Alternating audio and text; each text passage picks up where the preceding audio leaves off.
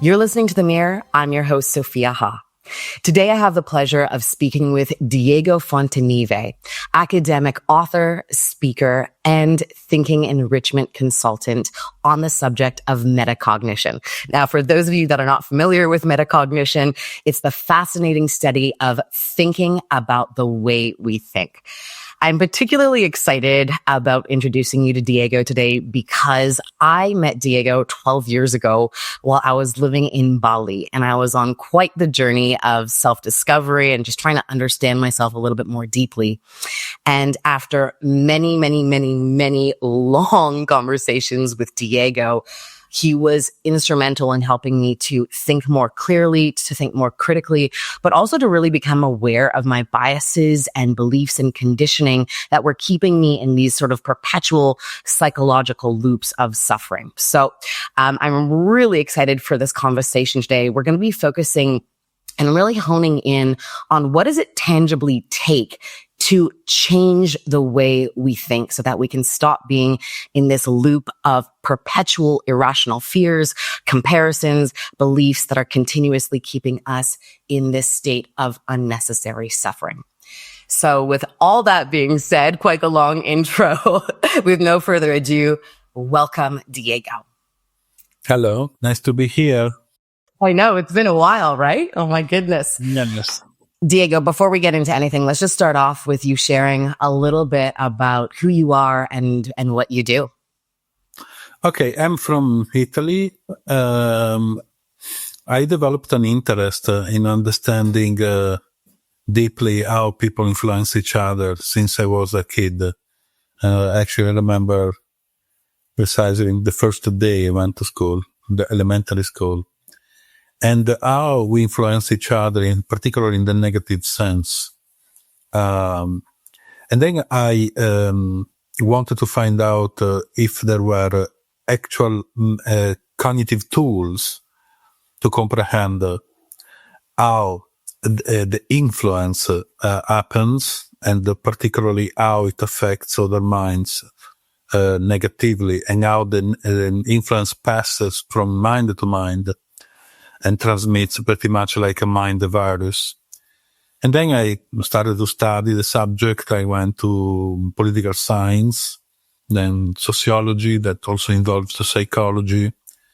And then finally I discovered the subject of metacognition, that I think is probably the best analytical framework of analysis of this subject. And I think it's absolutely important, particularly today. This in a nutshell. This is, I mean, you and I have spoken so many times about the various aspects of metacognition, and there's so many to get into here. But one of the things that we've talked about a lot when it comes to thinking about our own thinking, once again, metacognition, for those of you that are just getting familiar with the term, we've talked a lot about the importance of self-inquiry. There are tons of memes these days, on Instagram, on social media about self-awareness. And you joke a lot about how people don't really understand what self-inquiry or self-awareness is because they essentially don't really understand what the self is. How would you describe the self? Well, first of all, I will start from how I will describe self-inquiry. Because it is true. I think it's as a joke every time I hear this term, including from professionals in psychotherapy. Just don't get me wrong. I don't think it is a joke. I think it's absolutely important, self-inquiry. But the problem is that it became a buzzword, like an overloaded, over misused word, like many others, like mindfulness or similar analogous terms that became very popular because they got popularized by algorithms, particularly today. So people picked these terms up and they keep on using them as mantras, because also using these terms creates a sense of personality. The problem is that if you ask anyone what they actually mean by self-inquiry, they will say something, but what they say is often something they read or they heard somewhere. And what you actually want to ask is what they actually mean by the term, what subjectively means. Because if you want to talk about self-inquiry in a few words, self-inquiry is purely a subjective analysis, cannot be done through a particular methodology or because you're a particular guru or influencer online told you how to do it, or because you read the book of the 10 secrets of how to do this, how to do that. It has to be a personal subjective analysis, because what you want to inquire is how you process information, how you experience things, and how the process of processing the information is influenced by elements that you already have in your head, particularly in your brain. So in this context, the self-inquiry makes some sense. Otherwise, in my view, really is a sort of a meaningful term. It's just fancy. Mm-hmm. I want to pause you for just a sec, because I think a lot of people, as we just mentioned, with all the memes on Instagram around self-awareness, there is this sort of general talking about, going within, et cetera. You mentioned, for example, mindfulness and this kind of thing. And I've noticed a lot, particularly when it comes to people's beliefs or values, when you start trying to inquire as to, where did that belief come from? Or you ask them, why do you have that specific belief, or why do you have that specific value? They're often really struggling to give an answer, but also there tends to be sort of a lack of further curiosity. I personally noticed in conversations to get a little bit deeper, to kind of go there. Why do you think that people struggle so much with self-reflection, with self-inquiry? But for thousands of years, we have been repeating this necessity to know ourselves. Really became almost a universal mantra that is universal in the sense that is pretty much present in every culture. But what we mean by understand ourselves exactly? And if you collect 100 people and you run as a survey, you ask them whether they know themselves, I think probably most of them will say yes, they know themselves. But then if you ask them what they actually mean by that, they will report something that is somehow aligned with their beliefs. Which means what? They don't know themselves. They know themselves as carriers of certain beliefs, which means they know their beliefs. But that doesn't mean they know themselves. So, in my view, the self is nothing but the collection of heuristics, of personal experiences. Of what? Sorry, Diego? Heuristics is a term that refers to how we approach problem solution in a way that is based on what people will call intuition, or in a way that is based on what is personal knowledge, or in a way that is based on how a person grew up, the upbringing, and what fundamentally the combination of all these things together is what I call conditioning. So the way we approach any type of problem resolution or interpretation of things, particularly new things, is based on our heuristics that are could be great, it could be relatively accurate, or could be completely inaccurate, and usually it is completely biased. So the combination of these factors, which I like to call them actually algorithms, like imagine you have algorithms in your head, in your mind, in your brain. The combination of these things, the combination of the personal experiences and knowledge you have, your upbringing and all the rest of that is the self. But the self is basically the content of the brain, stored in the brain. And it is important we see it as a material phenomenon, not as something mystical or maybe spiritual or maybe transcendental. It is a material phenomenon that can also be called the brain function, brain structure, sorry. So are you saying essentially that self is a combination of the various aspects of conditioning, culturally, our experiences, etc., as well as the inner workings or mechanics of the way our mind works or processes information? Is that what you are is that what you mean by the self? Well, we don't quite know how the mind works. We don't even know what the mind is. We still don't know what consciousness is. Also, we have to keep this as a reminder. Otherwise, we will fill the gap up with our beliefs. But we know we have a brain. We know the brain is basically a sponge, particularly when you're a baby, that absorbs information from the environment. And then the information, some of it gets processed in the brain and becomes a long-lasting memory or even permanent memory. And then we use that network of memories to process the things we go through our life. And that is what we call self. But the fact is that the self is not yours. You are the carrier of the self. What is yours is your brain. But the self is what you gather from the external environment. So what does it mean? If you were born in India, you are likely to think about particular subjects, very likely in Hindu terms, because maybe you grew up in an Hindu family. It's very likely that you grew up in an Hindu family.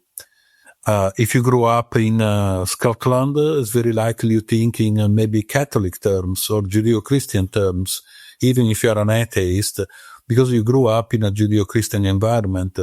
So your system of morals, how you approach a particular subject, is definitely influenced by what your brain carries. So, and that is what I call the self. So people call it, some people think the self is an illusion. I understand that argument, but I don't completely agree with that argument because I don't think it's an illusion at all. I think it's a material thing. It's a network. A material network we carry around in our brain. And that is, I think in neurology, they call it brain structure, which is really the structure of an actual structure based on memories, etc. So it is really not this, in my view, this romantic entity many people like to believe it is. Mm-hmm. So it sounds like there's, because the mind, as you said, is very ambiguous. We don't fully understand what the mind is, but we know we've got a brain and we know that there are mechanics of the brain. So just to sort of reiterate again for the audience, you're saying that self is a combination of conditioning, external experiences, interpretations of those experiences, and essentially what's happening on the inner workings, mechanically speaking, of the brain. And that's what you essentially mean by network. Did I get that right? Because what else could it be? If not a combination of influences and conditioning factors. I'm not trying to say that what I call conditioning is necessarily something negative. Often it's not negative at all. It's actually something that we need. We need you need your conditioning to go from your living room to the washroom, right? So there are technical aspects that are really needed in our conditioning. And there are many, many, many elements in our conditioning that are not only not necessary, but they are even toxic. They make us behave in a way that is inherently toxic and is not biologically designed. For example, I'll give you a practical example of what I'm talking about. If I think I am a patriot and I like to shake my flag and to show it to my neighbors or maybe show it on social media, well, I'm conditioned in a way that I was obviously not born that way. I was not born with the concept of whatever flag in my head. I was not born with the proclivities to cling to the flag and to see it as a value. and definitely was not born with a nationalistic mind. It's something that I acquired, information that I acquired along the way. So my view is, I'm not trying to say don't be nationalistic. What I'm trying to say is, what are you doing to understand the process that has conditioned you to think that particular way, or to assemble your reasoning in a way that eventually can cause harm to other people, directly or indirectly, and yourself, of course. Which is what we see, all the time. And like, again, this is how I initially met you when I was living in Bali at the time. I was experiencing really such a extreme level of cognitive suffering, for lack of better words, or mental suffering. And so being able to have conversations with you where we were really looking at so many various layers, of conditioning, and looking at, particular themes that were really coming up for me, and seemed to be a big part of my conditioning, which was, comparison, escapism. There were certain reasons for it, which maybe we'll talk about another time.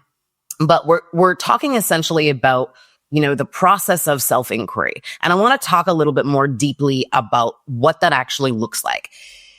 Walk us through what the process of deep self-inquiry can look like. And you can give a few examples if that's easier, but in short, essentially what I want to know is, what is the process of deep self-inquiry? Well, it's probably the tougher process, because you cannot start that process if you do not first journal mentally, but also practically, about the hierarchy of your belief systems. I think you really have to start from there, and to be very, I will say it, radically honest about that. I'm using the term honesty not as a value, but as a I will use the term as a protocol almost. Something that you really want to understand what you mean by that, and you want to keep it as a reminder every time you want to apply it. So, for example, what I mean by this, we have many beliefs that we really don't want to question at all, particularly when we say that we are absolutely okay being challenged, but then we don't want to question certain beliefs. And that also should be implied. And I actually will start from there, like questioning those beliefs. But really, questioning is also another kind of superficial term, because it's also overloaded. What we mean by questioning, what I refer to this term and the actual practice of it, is really boiling down a belief to its bottom premises, its bottom truths. And then from there, assuming there are some premises, or assuming there are some truths, then from there reasoning it all up. Sorry, I want to pause for just 1 second, because you're talking about essentially working through our conditioning, coming to the bottom truths, right? You talked about radical self-honesty. But if someone is living with a conditioned mind, right? Which we all have, but they really have a desire to get to know themselves better. So therefore they are journaling, they're writing out, all their ideas of hierarchy of values, etc. How does one know they've reached the sort of bottom truth when we're often thinking through this very conditioned mind, or filters of conditioning? Well, it depends on what the subject is. So, for example, if we want to, if I as a belief, I have as a belief the belief in God, whatever God. So how can I boil it down to the bottom truths? Which means, what are the evidence I have about the existence of this God I want to believe in? And also, why do I want to believe in this particular God and not another God? So I can find some evidence, but eventually I find not what I was expecting to find. Eventually I find evidence that I believe in this God. I want to believe in this God because I grew up in an environment where I've been conditioned to believe in this God. Why do we want to believe particularly in a God that is maybe Christian, but we don't care about a God that is maybe Muslim, and we actually think that is a false God? So what are these? I really like to use the term algorithms. What are the algorithms that govern my mind and drives me through the process of selecting what I wish to be true? That's such an interesting concept. Can you repeat that one more time about the algorithms? Well, I think first of all, we have to know what an algorithm is now. Well, we're going to get there, but repeat that first, because that's it. We understand algorithms in the context of social media, but most people, unless they're mathematicians or, working in various fields, maybe of science, they're not, very familiar with when we're talking about the algorithms of the mind. I give you a practical example of this. Actually, also something we all can experiment. I also wrote about this in my book. If we have to think about, let's say, banana, the fruit banana, or let's say pizza, almost everyone knows what is a pizza, right? So if you ask any person, can you imagine a pizza in your head? You're actually asking, can you create a mental representation of a pizza? Well, you can be pretty sure that anyone that knows what a pizza is creates almost the same mental representation, right? So it's very unlikely that the person creates a mental representation of a pizza that is not red and white or something like that. Is maybe purple and dark and black. That is very unlikely. There is something kind of uncanny with that, right? Usually people create a representation of pizza that really looks like a pizza, more or less. Then everyone else can identify that, that's a pizza, right? But then if you ask the same people, can you create in your head a mental representation of freedom? Then something else happens. That you can literally see if they have the capability to maybe draw their mental representation in a graphic form.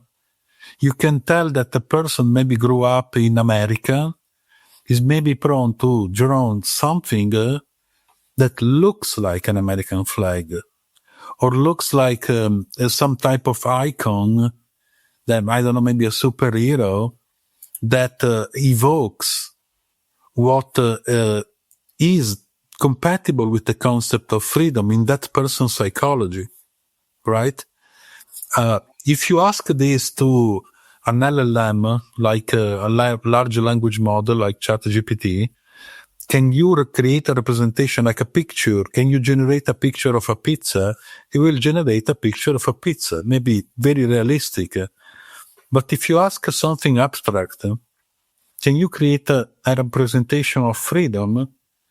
If you ask it, if the prompt is in English, it will very likely create something similar to an American flag, perhaps, or something that almost everyone in the West will comprehend as something that aligns with the idea of freedom, right? Then, if you ask the same prompt in a completely different language, I don't know, maybe in Tamil, it will create something maybe very different, maybe something similar to the iconography of some Hindu idea of freedom, or maybe something completely different, something that maybe a Western person cannot really comprehend very well, right? Mm-hmm. It's so interesting because the second you said, freedom and the various, perceptions that we would have, I had so many flashes of various images of what would it mean from one person to another, right? Like you might have a mother. Freedom just means like not taking care of the kids for the weekend, or you have somebody that's like owns a business, and they're just like desperate to take a moment off, or you have people that are dealing with really serious things like they're living in a war zone.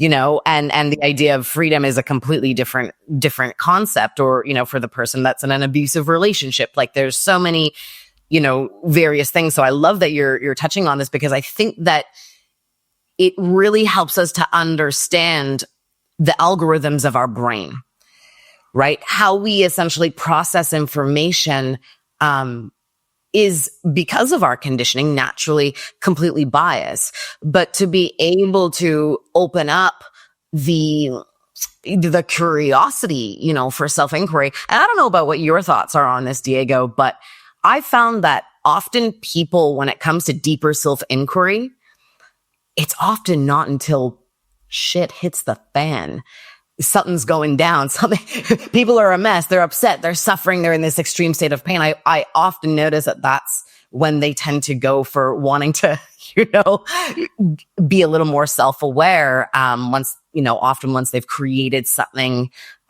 maybe a situation out of particular repeated behaviors or patterns. And then they're like, oh my goodness, I've just created this situation for myself that I don't want to be in, that's hurt myself, that's hurt other people. And therefore now there's a desire, to go down that route of self-inquiry. But often I've noticed that, once again, that journey down, the road of understanding oneself a little bit more deeply, often can kind of be, there can be a lot of obstacles in the way of people continuing down that path. Perhaps because it creates a lot of pain to look at oneself in this very radical, honest way. This is one of the main themes of this topics of the podcast is radical self-honesty and radical self-ownership.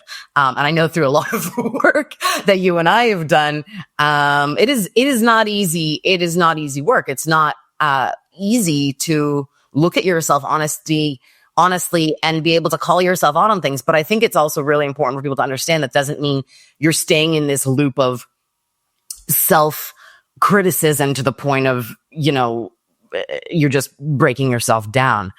Sorry, I went a little off topic there. The thing is that I think we should really keep in mind that the human brain is not wired to think profoundly at all. I think we really should keep this as a reminder. It doesn't mean we cannot think deeply. That's not what I'm saying. What it means is that the brain, the configuration of the brain, the biological wiring of the brain is not wired to think profoundly. It's actually wired to be rational, right?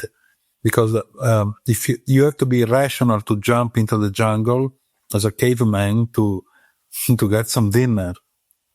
So you have to take the risk, and the risk is high because you can break a bone and die if you're a caveman, right? Now it's no longer like that. We don't have to take that risk every day in order to survive, right? And by now, I refer to, not now, recently, to when we started what we call civilization. That happened with the invention of agriculture about 12,000 years ago. But 12,000 years in evolutionary terms is really nothing. So what does it mean? It means we have the same brain, more or less. We have the same brain we had when we started to civilize ourselves. This is not irrelevant detail. I think it's very important we keep this in mind. So which means the way we think today about particularly complex subjects like freedom, subjects like our life, what we have done in our life, the so-called meaning of life and whatever, the way we think about these subjects is the same that we had 10,000 years ago, because the brain is pretty much the same, right? It's fascinating because I had no idea that was the case. And I would have thought over all of this time of evolution, scientific advancements and everything like that, that our brain would have naturally shifted and evolved in some way.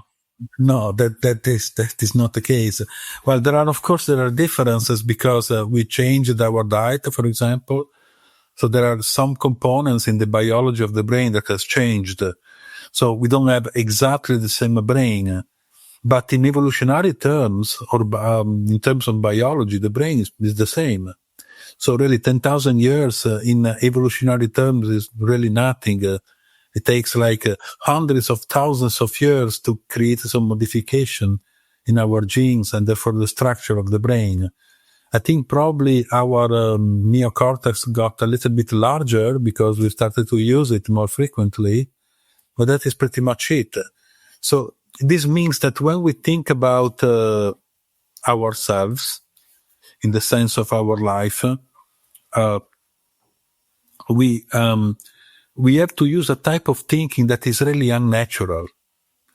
Now, I'm not trying to say that unnatural means negative. It means that it goes against what the brain is predisposed to do. And now, this is a tricky part, because I'm not saying that this is impossible. I'm saying that it is metabolically expensive. So let me frame this in a much more simple form. If I have to think about myself, what I've done in my life, and not retrospectively, what I could have done to change this and that, that is an irrelevant way to think. But if I want to think in the sense of I committed this and that mistake, so what was my reasoning that led to me committing this and that mistake?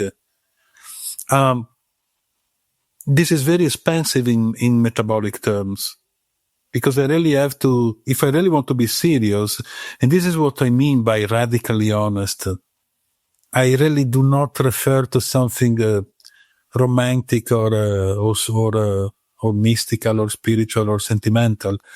It means really breaking down the way I'm used to put together my reasoning and trying to remember how I was used to put together my reasoning in the past, which is not easy at all.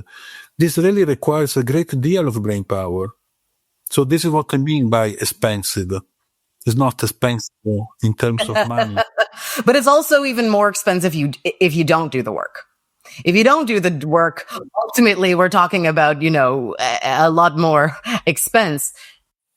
But if we don't do that work, then we find ourselves in a mess, which is precisely where we are today. I was just going to say the majority of the world and the majority of minds today, you know very well that, we have more than ever before today, we are seeing mental health go down at such a fast rate and disorders just skyrocketing, suicide rates, et cetera. You all know this all very, very, very well. And I think that the challenge is that, and this comes back to what I was asking you earlier, which was, why are people struggling so much with self-reflection? And it would be really interesting actually to kind of go back in history, a few thousand years, just to kind of see where people are at, if we could have a conversation. I feel like people are probably, and this is just my intuition and insight from what I've been seeing these days. I didn't live thousands of years ago, so I don't know. But my feeling is that people are very sensitive today. We've got such a huge attachment to this very surface idea of identity. And we're attached to it, right? We want to be good people. We want to be successful people. We want to be smart. We want to be creative. We want to be blah, blah, blah, blah, blah, celebrity, whatever it is. And so what you're talking about in regards to, this radical self-honesty, which, as you said, takes a ton of brain power, takes a lot of energy. And let's be honest, it's not easy to look back on your life. And let's say you are somebody, I can speak for myself and my own experiences where you've made a lot of decisions that created a lot of additional suffering for your own self, potentially for other people as well.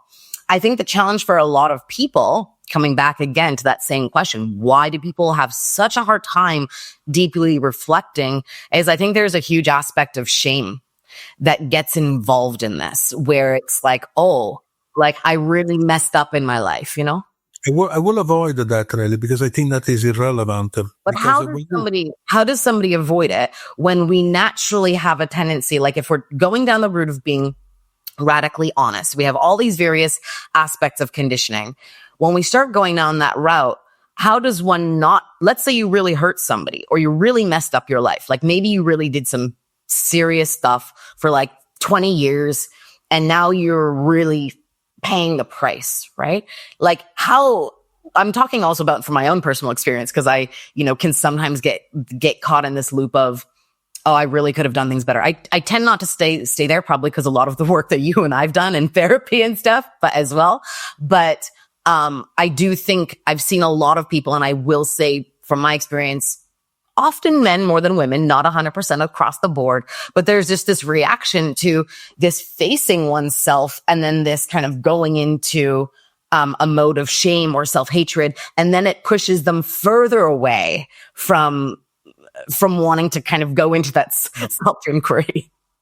You know what the problem is, in my view? I think the problem is that we are educated to focus on memories. And I think that is kind of irrelevant. Why? Because I think it's more important to understand how we were prone to assemble, to put together our reasoning style. And then we never do this. So, for example, if I've done something stupid in the past, what is the purpose of remembering that? To hurt myself? I'm not going to find out anything new in remembering that particular set of events. I'm also, not to be overcomplicated, but I really want to say this. Actually, we don't actually remember anything. What we call remembering is fundamentally a process of reconstruction of a memory that happens in the brain. Now, the problem is that if you are willing to do this, and you want to remember something negative or something traumatic or something that caused the people harm that you have done, when you remember this, you have to consider also your emotional state. You also have to consider your state, the state of your conditioning right here, right now. Because if you don't consider this and you just remember, the process of remembering, which we say that is a process of reconstructing the memory, or the set of memories, is going to be mixed with your current emotional state, your current views, your current beliefs, your current general state of mind, which means it's going to get contaminated. So to make it very simple, if you're depressed today, and you want to remember something bad that you have done, a mistake you have done 10 years ago, the process of reconstructing that memory is going to be contaminated by your current state. So why will you do that? I think it's much better to attempt a process of reconstructing how we were assembling our reasoning style. Which is much more difficult. But the problem is that we are not educated to do this. Sorry, I'm going to pause you for 1 sec. So what you're saying is instead of, I think a lot of people, when they think about self-ownership or radical honesty, maybe they're thinking exactly in those lines, right? They're thinking about looking back at the memory and owning it. I was a bad person. I hurt these people, blah, blah, blah. But what you're saying is, let's observe how these things, like what were the internal patterns? What was your own thinking mechanisms that created these particular circumstances, as opposed to what were the circumstances themselves that created the situation you're in now? Yes. Suppose, for example, it's purely an example now. Suppose that 10 years ago, I decided to take a trip somewhere, and because I had certain ideas. So let's say I decided to go to India to find myself, and I went there, and it was a disaster. So I maybe lost a lot of money. I got scammed. I found people that hurt me, whatever. And then I went back home and I became depressed for a while. What is the purpose of remembering this, really? I think we should be asking this if we want to do this. If I remember this, I'm going to hurt myself. It's not going to produce any benefit in terms of, it's not going to better my reasoning, right? It's going to damage my reasoning. What if instead I try to remember in the sense of reconstructing the reasoning process, the reasoning style that I had back there 10 years ago that made me take the decision of going to India and maybe moving from ashram to ashram, spending a lot of money in energy reading and all this stuff. If I break that type of reasoning down, I really, but literally, I can even write it down. I can journal the process. Breaking it down to its bottom premises. So what was making me believe that by doing this, by doing that, I was supposed to generate some change, positive change in my life? Maybe I can create a blueprint, a visual blueprint of the type of thinking style I had. And this maybe can be beneficial because the understanding of that can prevent me from repeating the same maybe a month from now, because I'm considering maybe going back to India to also again find myself.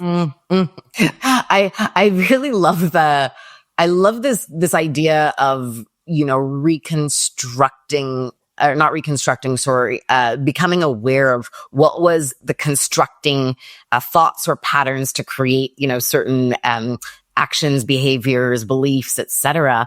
And just to be clear for everyone, so Diego is not saying to not remember, because you're going to obviously remember naturally when you think about that context. So, just to be clear, he's not saying pushing away those memories. That is the opposite.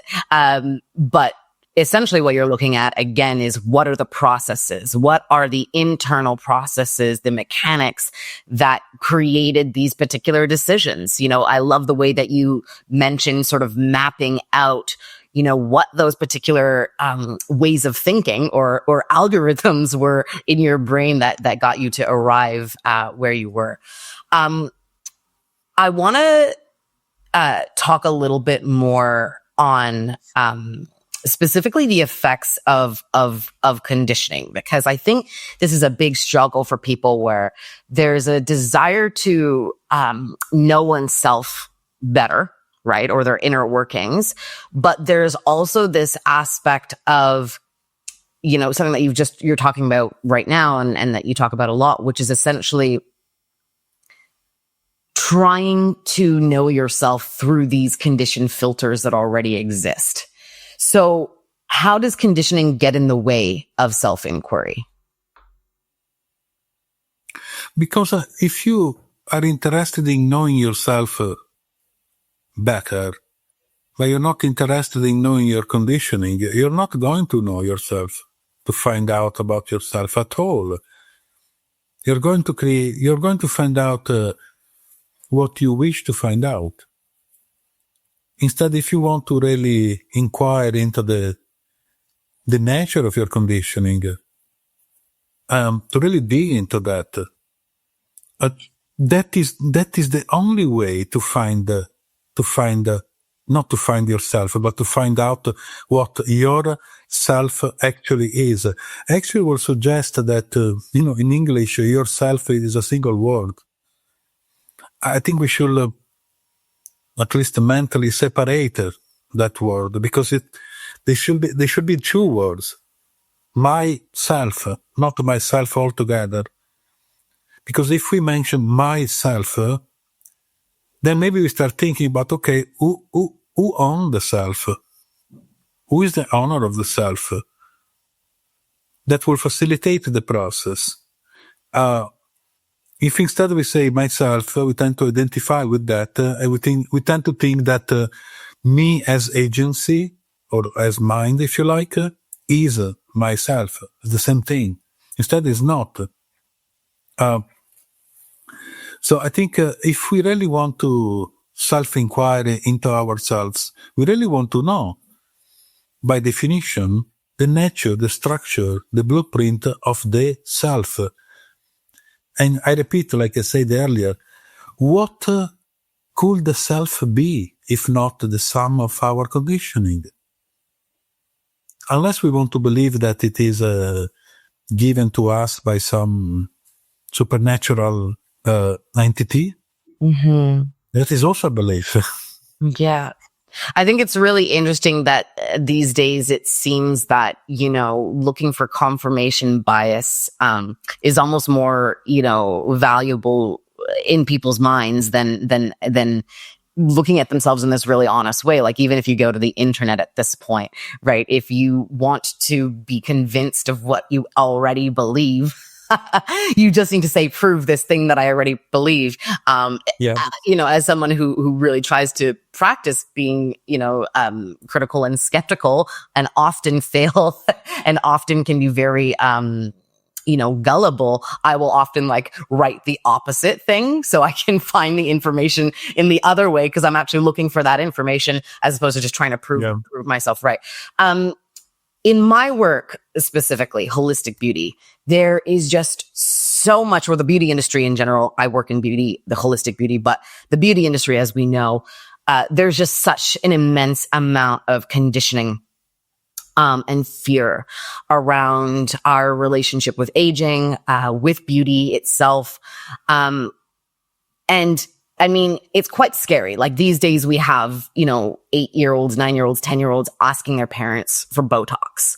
Like, it is really an insane world. I actually met an 11-year-old girl the other day. It was crazy, at a Christmas market. And she shared, she said to her mom, "Oh, I want threading." She heard I was doing she heard me say my business. And she said, "Oh, I want to do threading for my face." And I looked at her and I said, "How old are you?" She said, "I'm 11. And I said, "Why do you want to do threading?" She's like, "I don't know." Like, she didn't actually have the answer. She didn't know why she wanted to do it. She just knew it was something that she thought, she should do. It would make her look better, whatever. It was very sad, very heartbreaking to see this at 11 years old. So because I talk about this with you all the time, you describe this, fear of aging, constant comparison around beauty, a mental pathology. Can you expand on what you meant by that? Well, I think it is a mental pathology, and not only, it is a mental pathology induced by the culture, practically every culture. I'm not only talking about critical cultural criticism in terms of the West. The Western culture is present in every culture. There are cultures, for example, in Africa, they apply discs, rings on the neck of young girls to elongate the neck. So when they become adults, women, they have a very long neck. But if you remove the rings, they cannot sustain the head. That is, to them, that is beauty. That is actually top beauty. And if you ask them about Botox, they don't even understand what that is. In Japan, they apply particular shoes to reduce the size of feet in girls, because they think that is very beautiful. So I want to say something a little bit complex now. If you look at a beautiful tree, or beautiful flower, let's say, how do you know that is beautiful? I don't know. I mean, Nobody. Yeah. Nobody knows. Why? Because it's really at the level of perception, we have a perception that triggers something in our nervous system and also in our mind that gives us a sensation of joy somehow. That is not exactly beauty. And then if we really look at this, even at the neurological level, now we can do this through brain imaging. immediately after this, there is the onset of thought processes, right? If I am a human and you look at that, the flower, and I start thinking actively, I'm start putting together my reasoning and telling myself as a storytelling machine, oh, that's beautiful. And I don't supervise this. I don't think about this thinking as I should. It will continue. It will continue on its own, like a self-storytelling machine process.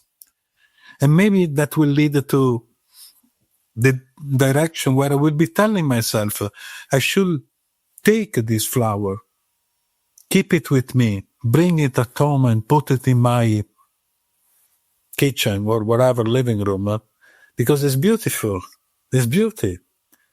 Problem is that by doing that, I'm going to kill the flower for no reason, for my personal sense of identity, because I really want to have that beauty with me for a day or two. Maybe I take a picture, I put it on Instagram. But how pathological is this type of reasoning? Some people will say, but that's normal, it's what everybody does. Yes, but just because everybody does something considered as normal doesn't mean it is normal. It means it is common. So my point of view is, why not trying to investigate in how we put together this reasoning and trying to see what is really beautiful at the level of perception only, and then being able to detect when thought kicks in inevitably and creates the storytelling. And then we try to supervise the storytelling. What is the purpose of doing all of this? Well, the purpose is that maybe we can understand something about our conditioning, right? How we are conditioned.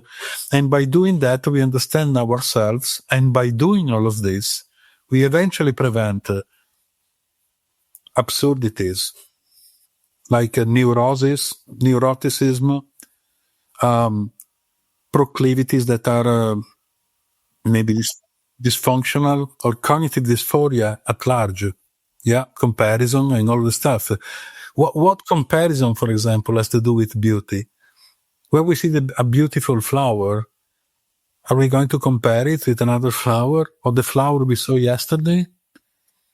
Or are we going to take a picture and then compare the pictures to determine which flower is beautiful the most? That would be insane. No, that would be pathological. We would be the first telling ourselves, so what the hell am I doing? I'm comparing flowers instead of appreciating the beauty of this flower? Or isn't it crazy to be driven by the desire to take a picture immediately? Not even spending some time in enjoying, having the joy of experiencing this beauty of this flower, but we are so driven, so compulsively driven to take a picture, post it, and then we move away. So this is why I use the term pathology, because it really is a form of pathology. I will use the term neuroticism, actually. Neuroticism. Yeah, absolutely. Absolutely.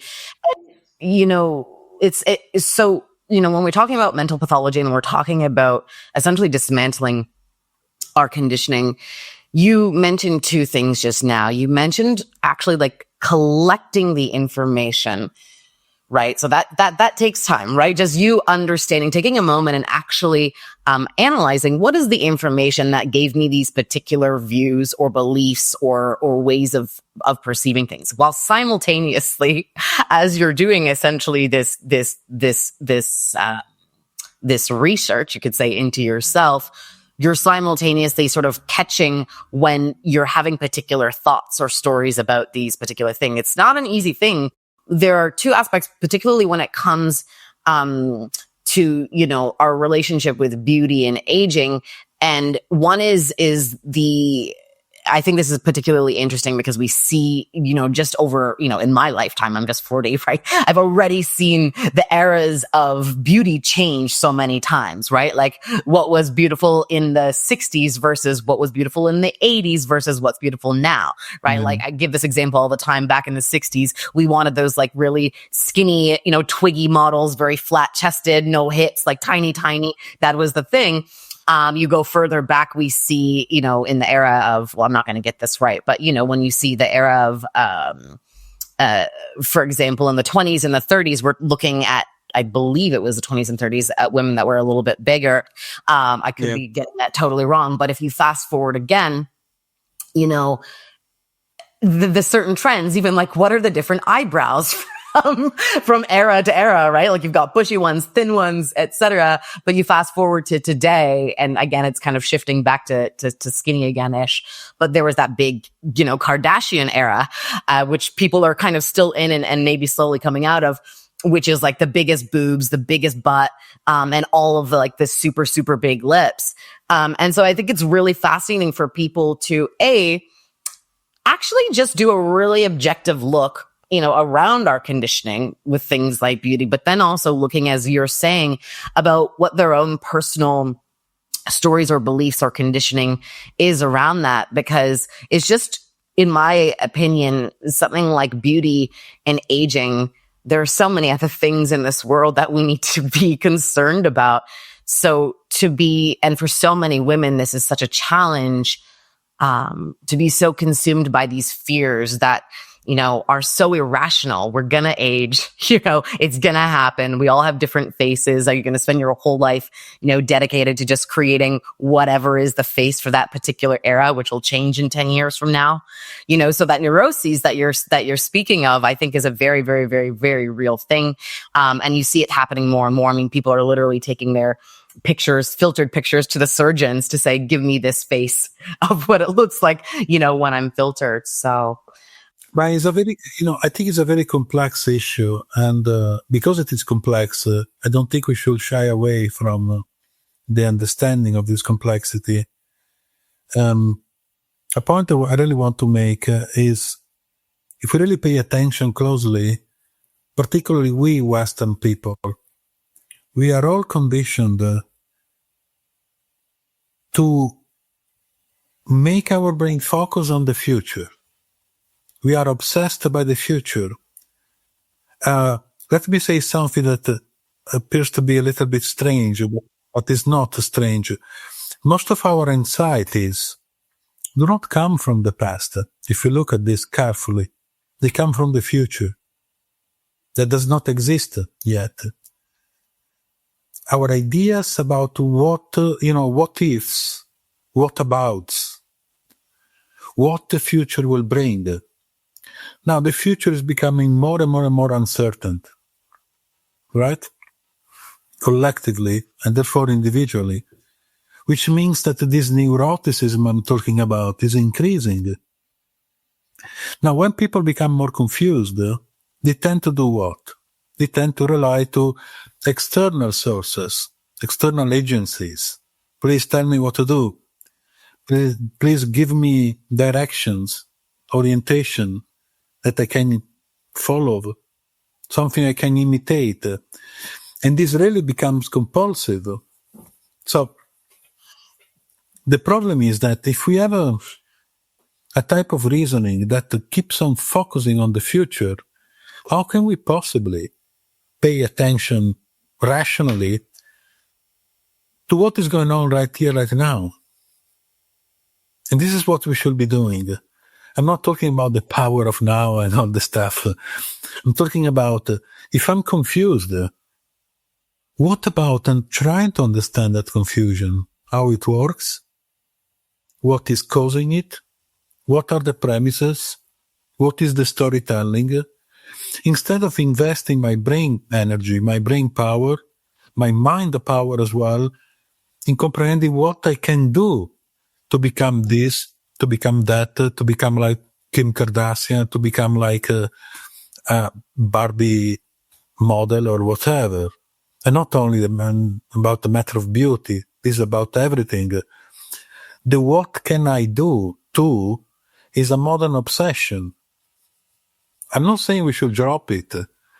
I'm saying we should realize that keeping on focusing on this really keeps our brain stuck in this projection towards the future. And that prevents us from really comprehend what is happening in our cognition right here, right now. For example, I'm manic. What was the last thing you said? For example, maybe I'm too compulsive. I'm manic.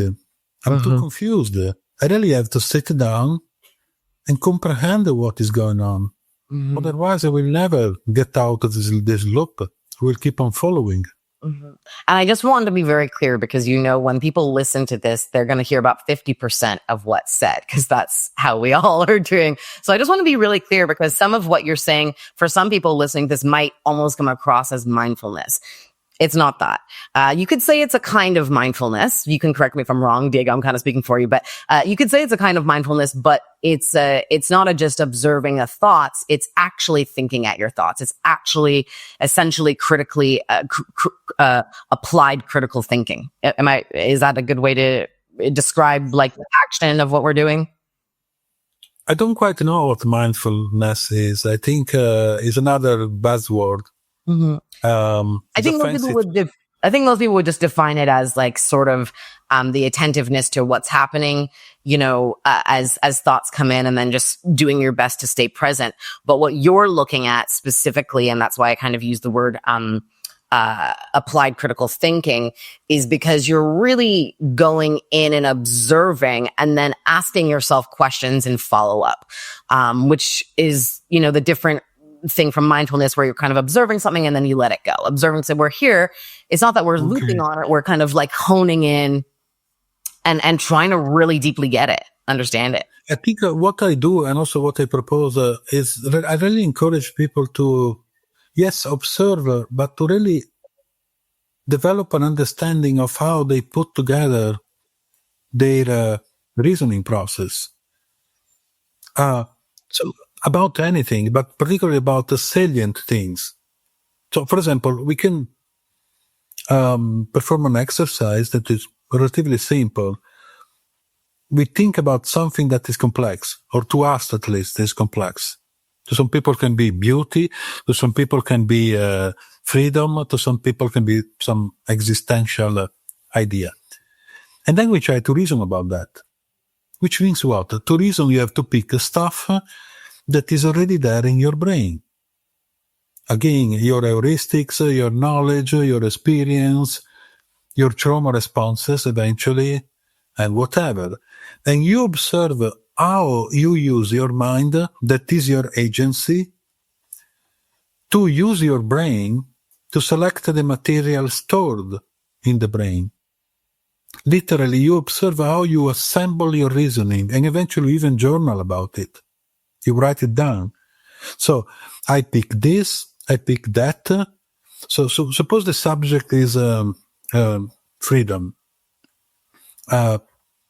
You really want to observe how you use your brain to assemble the reasoning you want to have to think about freedom. So maybe something that comes up is your the holiday you had last year that was fantastic. You really felt free. Great. Don't block that. Don't censor it. Don't judge it.